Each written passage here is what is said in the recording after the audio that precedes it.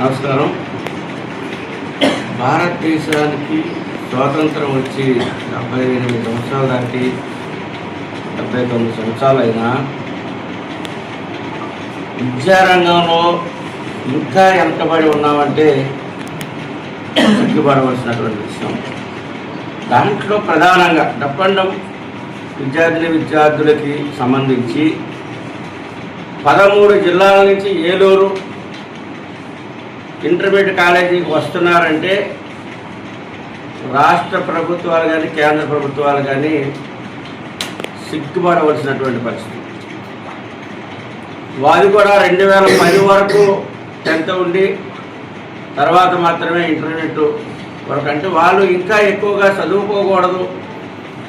ఏదైతే వాళ్ళు సైట్స్ ద్వారా చదువుకునేటువంటి పరిస్థితి ఉందో దానికి నేర్పేటువంటి ఉపాధ్యాయులు ఉన్నారో, ఫ్యాకల్టీస్ ఉన్నారో, ఇప్పుడు కూడా ఆంధ్రప్రదేశ్లో ఎక్కడా కూడా డిగ్రీ కాలేజీ లేదంటే ఇది చాలా దారుణమైనటువంటి పరిస్థితి.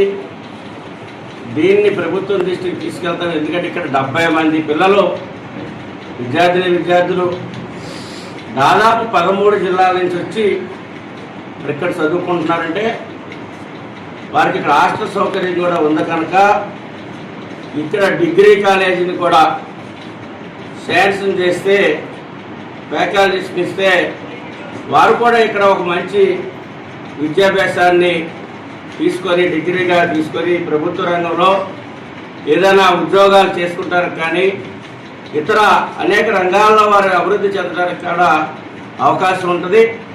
దీన్ని రాష్ట్ర ప్రభుత్వం దృష్టికి, మరీ ముఖ్యంగా పవన్ కళ్యాణ్ రాష్ట్ర ఉప ముఖ్యమంత్రి పవన్ కళ్యాణ్ గారి దృష్టికి తీసుకెళ్తాం. కంపల్సరిగా మా పార్టీ తరఫు నుంచి తీసుకెళ్ళి ఈ యొక్క సమస్యని త్వరగానే పూర్తి, ఎందుకంటే ఒక క్లాస్ రూము దీనికి అప్గ్రేడ్ చేయడం, డిగ్రీ అప్గ్రేడ్ చేయడం అనేది పెద్ద పని కాదు. అందుకని ఈ విషయాన్ని మరి జనసేన పార్టీ అధినేత రాష్ట్ర ఉప ముఖ్యమంత్రి పవన్ కళ్యాణ్ గారి దృష్టికి తీసుకెళ్తామని.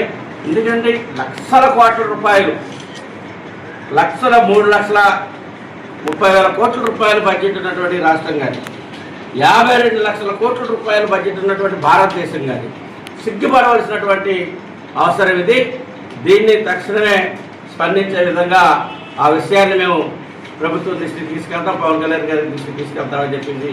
విద్యార్థులందరికీ వారి యొక్క పేరెంట్స్కి అందరికీ కూడా మేము హామీ ఇస్తామని.